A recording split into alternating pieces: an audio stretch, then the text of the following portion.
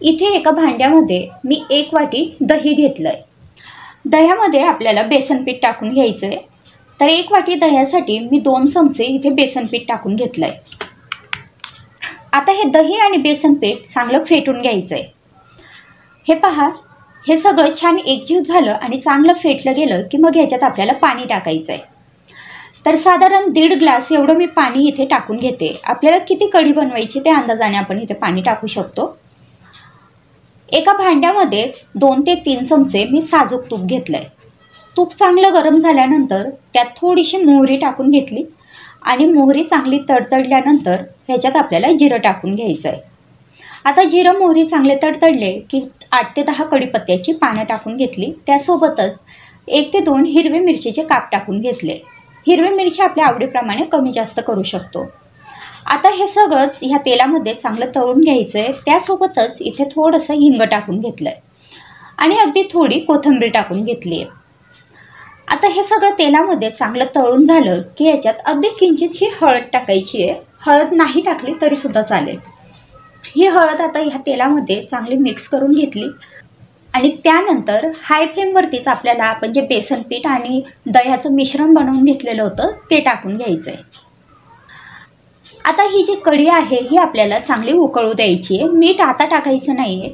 जर मीठ आपण सुरुवातीलाच टाकलं ना तर आपली जी कढी आहे ती फाटते। तर त्यामुळे आधी कढी पूर्णपणे उकळून घ्यायची आहे। हाय फ्लेमवरती मी ही कढी चांगली उकळून घेतलेली आहे। तुम्ही बघू शकताय। आता या कढीला चांगली उकळी फुटली की मग गॅसची फ्लेम लो करायची आणि त्यानंतर याच्यात मीठ टाकून घ्यायचंय।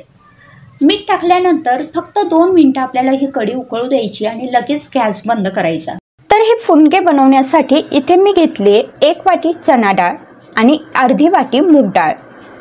चणा डाळीचा जर समजा तुम्हाला त्रास होत असेल किंवा तुम्ही जर जास्त चणा डाळ खात नसाल तर अर्धी वाटी चणा डाळ आणि 1 वाटी मूग डाळ घेतली तरी सुद्धा चालेल। ह्या दोन्ही डाळी मी स्वच्छ धुवून घेतल्यात आणि 4 ते 5 तास भिजवून घेतल्यात। आता एका मिक्सरच्या भांड्यात आपल्याला ह्या डाळी काढून घ्यायच्या आहेत। इथे माझ्याकडे छोटं भांडं आहे त्यामुळे मी ह्या दोन्ही डाळी थोड्या थोड्या ह्या भांड्यामध्ये काढून घेतलेल्या आहेत। ह्याच्यात मी 4 ते 5 लसणाच्या पाकळ्या टाकून घेतल्या आहेत। थोडंसं आलं, थोडी कोथिंबीर मी इथे टाकून घेतलेली आहे। 1 चमचा जिरं, थोडीशी हळद, थोडंसं लाल तिखट आणि चवीपुरता मीठ हे सगळं मी इथे टाकून घेतलंय। लाल तिखटाऐवजी तुम्ही इथे हिरव्या मिरच्या सुद्धा वापरू शकतात। हिरव्या मिरच्या वापरून सुद्धा हे जे फुनके आहेत ते अतिशय सुंदर लागतात। तर हे बघा, तुम्ही बघू शकतायत मी अशा पद्धतीने हे वाटण तयार करून घेतलंय। डाळ वाटताना पाण्याची अजिबात गरज पडत नाही, त्यामुळे शक्यतो पाण्याचा वापर करू नका। आता एका चाळणीला मी अशा पद्धतीने तेल लावून घेतलंय जेणेकरून हे जे फुनके आहेत हे आपण पाण्यावरती जेव्हा वाफवायला ठेवू तेव्हा ते चाळणीला चिटकणार नाहीत। आणि अशा पद्धतीने आपल्या मुठीने त्याचे मुटके वळून घ्यायचे। हे बघा, मी दाखवतोय त्या पद्धतीने। आणि अगदीच तुम्हाला ही पद्धत करायची नसेल तर तुम्ही इडली पात्रात सुद्धा डायरेक्ट इडल्या जशा आपण बनवतो त्याच पद्धतीने हे वाफवून घेऊ शकतात। तर आता कढईमध्ये मी पाणी गरम करायला ठेवलं होतं आणि त्याच्यावरती मी हे फुनके ठेवलेली जी चाळणी आहे ती ठेवून घेतली आणि वरून याला झाकण ठेवून दिलंय। तर हे साधारण आपल्याला अर्धा तास तरी छान वाफवून घ्यायचं आहे। अधूनमधून चेक करायचं की कढईतलं पाणी आहे की नाही किंवा मग आपले फुनके व्यवस्थित शिजलेत की नाही। अर्धा तासानंतर मी हे बंद केलंय आणि आता आपले फुनके इथे छान तयार झाले।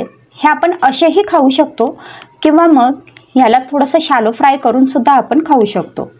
तर मी इथे काही मुटके किंवा काही फुनके अशा पद्धतीने मी शालो फ्राय करून घेते। तुम्ही बघू शकतायत हे फुनके आता छानपैकी फ्राय झालेले आहेत। छान खरपूस असे हे लागतात। जर समजा आपल्याला फ्राय करायचं नसेल तर आपण असेही हे खाऊ शकतो आणि सोबत जर कढी असेल तर कढीसोबत हे अतिशय छान लागतात, खूप चविष्ट लागतात। तर मग ह्या होळीला ही खानदेशी रेसिपी तुम्ही जरूर ट्राय करा। तुम्हाला ही नक्की आवडेल याची मला खात्री आहे आणि तुम्हाला ही रेसिपी कशी वाटली हे मला कमेंटद्वारे जरूर कळवा। हा व्हिडिओ बघितल्याबद्दल खूप खूप धन्यवाद। पुन्हा भेटू पुढच्या नवीन रेसिपी सोबत।